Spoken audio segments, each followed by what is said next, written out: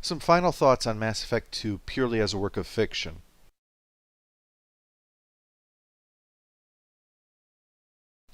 Mass Effect 2's story contrasts with the originals in that the first is more event focused, while the sequel is more character focused.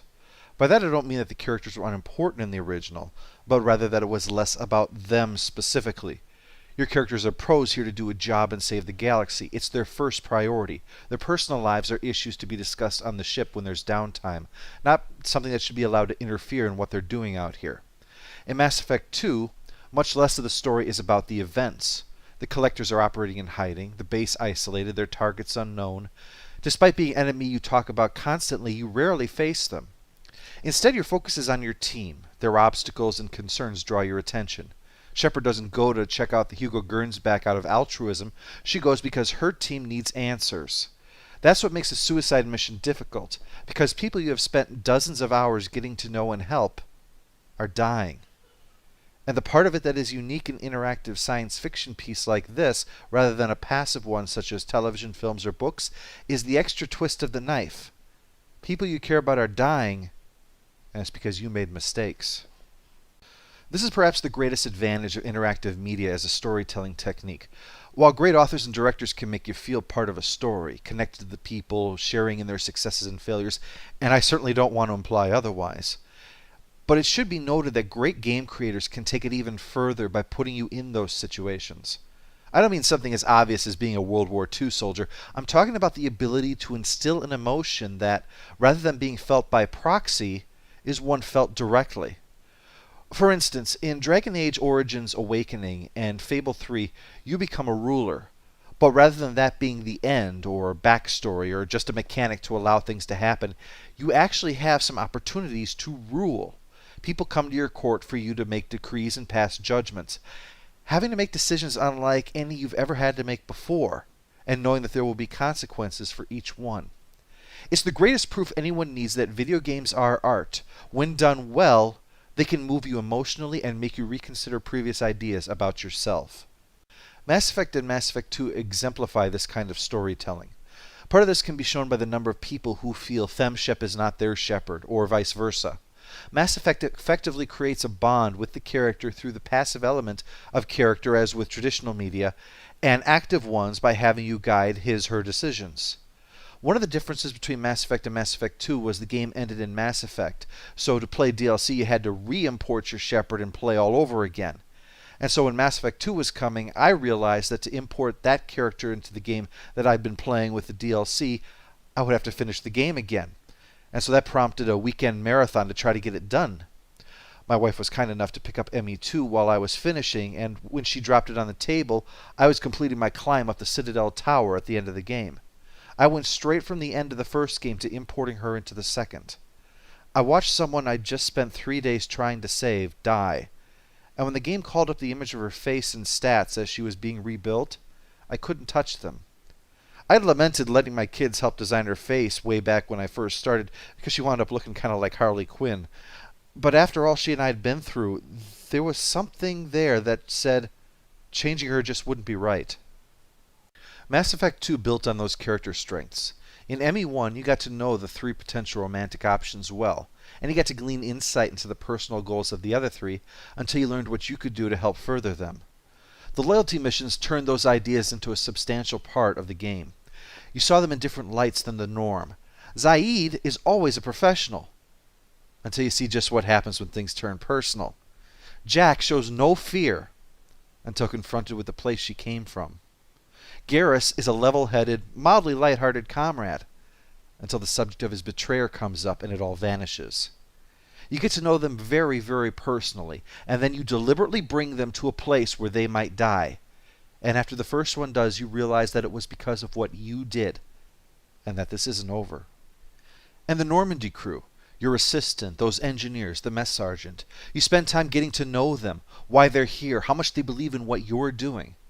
And then the time comes when you might have to decide, do I risk them being melted, or do I risk my squad being killed? And what in your life has ever prepared you to make that kind of decision about people you've come to care about? Compared to that, worrying over whether or not to destroy the relay was nothing. That being said, a major criticism I would level at Mass Effect 2 would be that the consequences of Shepard's choices, your choices, from Mass Effect 1 rarely have significant effects in terms of the personal experience that I mentioned before. So humans now dominate, or they don't. How does that affect Shepard as a character, or myself as the player beyond certain minor involvements? Shepard rarely is allowed to comment on such things from his/her point of view, and it almost never does more than alter a few lines here and there. Even the death of your friends in Mass Effect 1 is handled the same way. The criticism raised over RPG elements seems more focused on things like a lack of stat manipulation, but I believe it's hindrance to the RP part of the RPG that causes a breakdown in that connection essential for truly artful interactive storytelling to exist. I'm hopeful, though, that it was just a condition of limitations within the second part of a trilogy, and that in the final chapter there will be a larger sense of personal significance.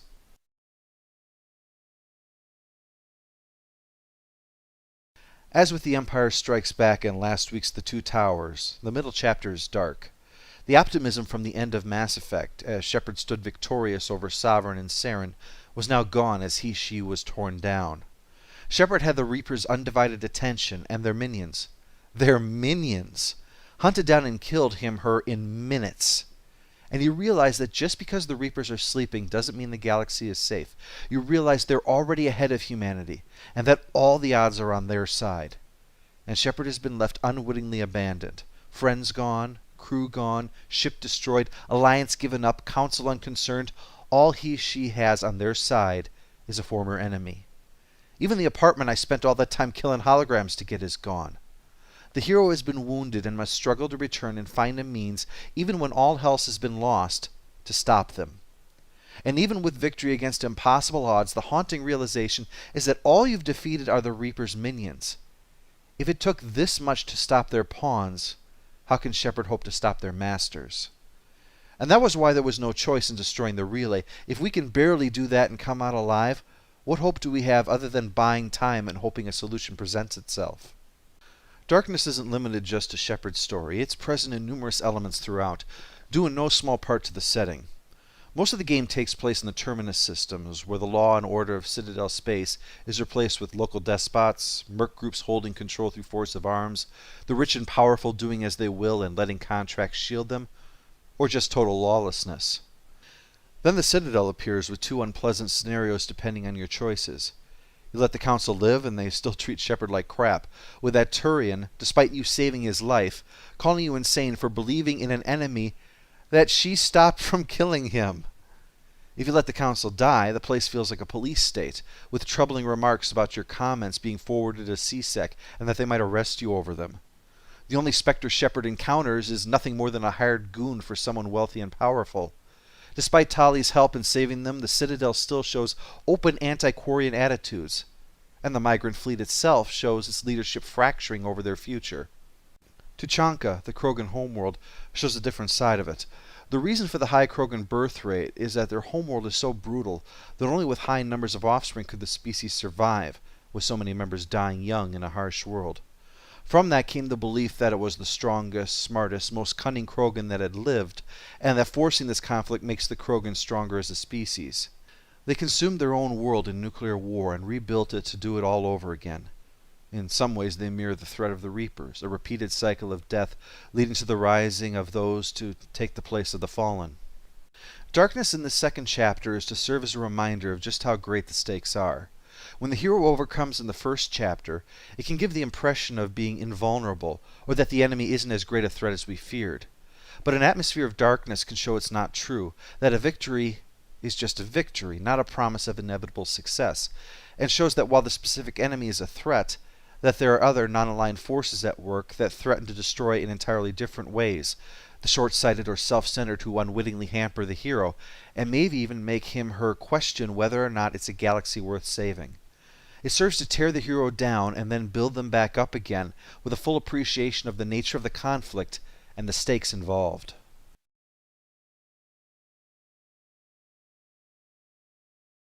Questions still loom about the Reapers and their motives. Why this repeated cycle of genocide? Is it as simple as procreation, or is it more? Sovereign claims they impose order on the chaos of organic evolution. His remarks make it clear that what is happening is, well, bad.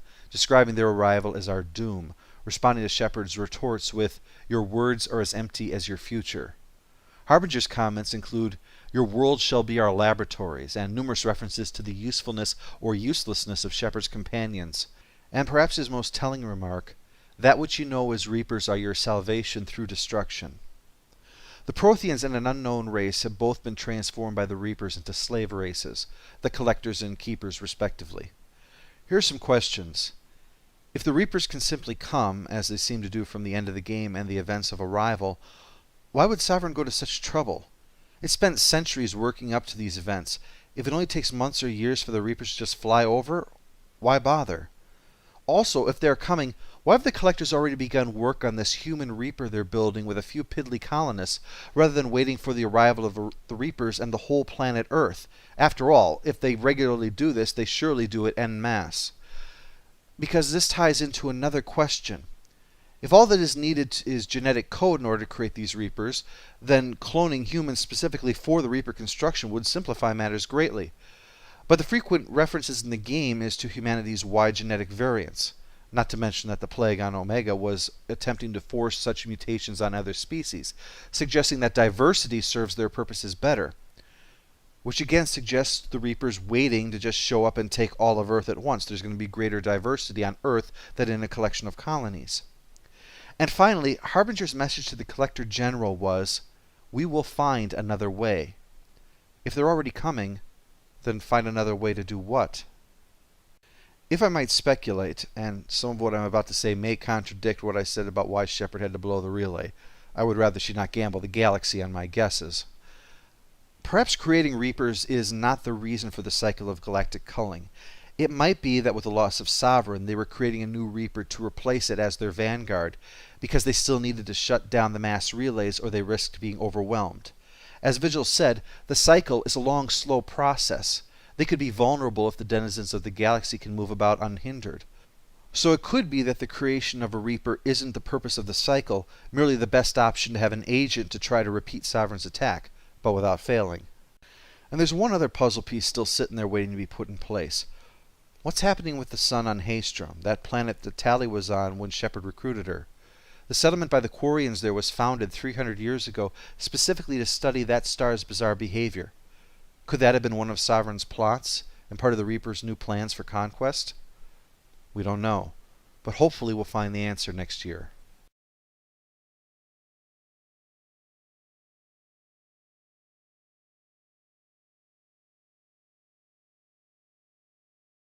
Just once I'd like to ask someone for help and hear them say, "Sure, let's go, right now, no strings attached."